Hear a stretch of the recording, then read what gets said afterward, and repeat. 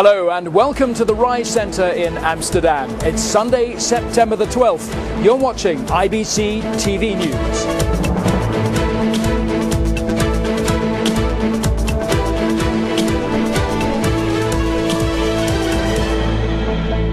In today's programme, Chasing the Dragon, how companies can crack the world's biggest market. HD Telly from Delhi, CIS Live counts down to the Commonwealth Games. And where's the crew? The virtual studio becomes reality.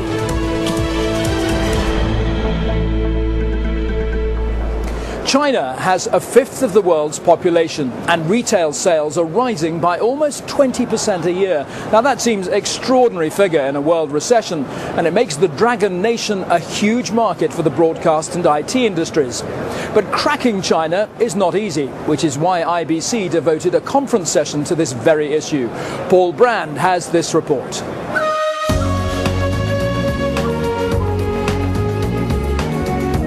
These streets may be Dutch, but the culture here is Chinese. The country's influence has reached most corners of the world, but things don't always flow in the opposite direction. China can be difficult for foreign TV firms to tap into. Which is why they've been focusing on the Chinese market at this IBC session. There's been a real sense here that China holds huge potential, but also frustration over the barriers to doing business. The main hurdles for China would be the regulatory hurdle, the cultural hurdle of making sure you're offering something relevant and interesting, and the commercial hurdles of finding the right kind of partners and getting paid. That shouldn't dissuade you. There are big hurdles, but the opportunities for those who crack the market are huge. These figures show that potential. With 1.3 billion customers, China's the world's biggest market. 470 million people there are online, double the number in the USA. 170 million homes have cable TV, and 1 billion people in China will have a mobile phone by 2014. China is doing a lot of things about the technical or technologies, and it will be bigger than before in the future. In the near future, I estimate that maybe in 10 or 20 years, the Chinese market will be quite similar to American and Europe.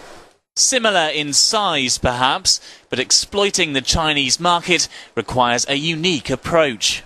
Culture is obviously very important, and also I think it's kind of it's really about collaboration, because there are rules and regulations that the Westerners like to apply to it. At the same time, the Chinese can be quite resistant to the standard practice, but at the same time they need to learn how internationally this is how we do business. So I think it's appreciation of both sides that will make things much efficient. And most profitable too. Some shows in China reach 500 million people. Cultures from East and West may have met, but now they need to do business.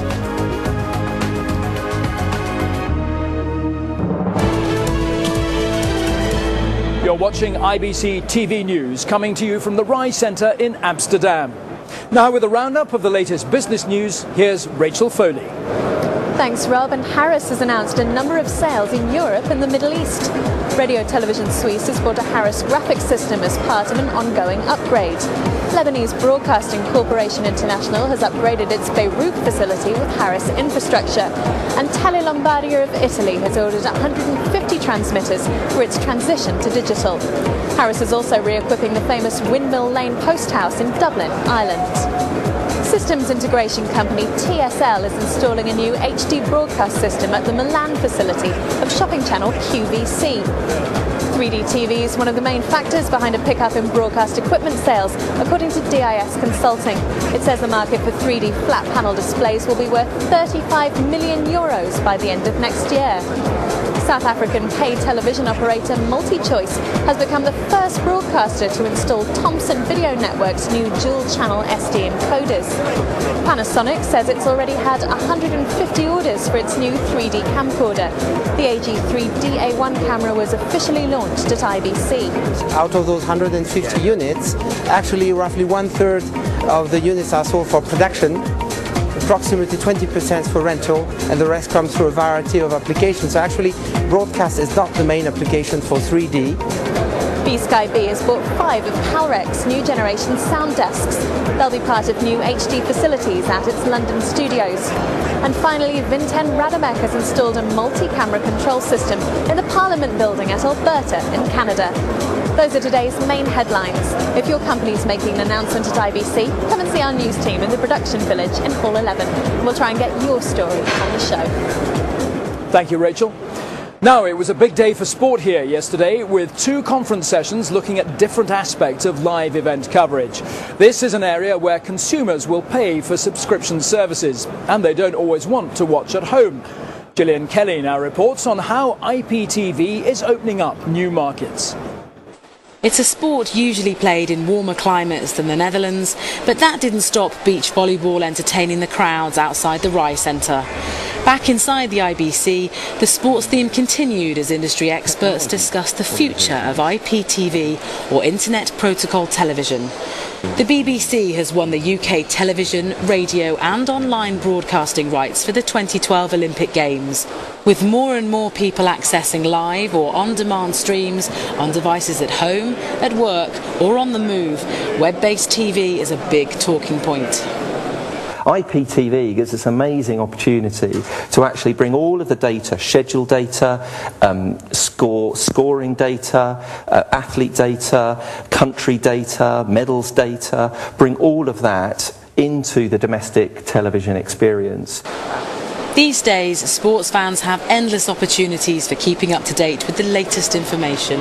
All the major broadcasters agree that IPTV will revolutionise the way we watch. IPTV is going to open up vastly the amount of sport that's available for fans to watch. So having more channels, more availability, more choice in the sport you want to watch, and being able to watch it either for a small charge or even free opens up the market massively. You know, IPTV brings out possibilities of better use of bandwidth and better opportunities for more content there. So I think that's one of the areas that we're looking at. Online TV could also raise the profile of niche sports, which have had limited airtime in the past.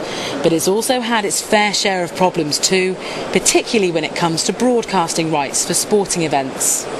With Sky, we have to make sure digital rights management is in place, so kind of always in the forefront of people's minds. Even we have it internally at Sky between Sky News and Sky Sports, because we have it, you know, certain channels can't show certain things for certain periods, so we're well aware of that, and it's something that has to be managed, I think. As IPTV emerges as an alternative to traditional home entertainment services, all the major players believe it will offer a vastly improved customer experience.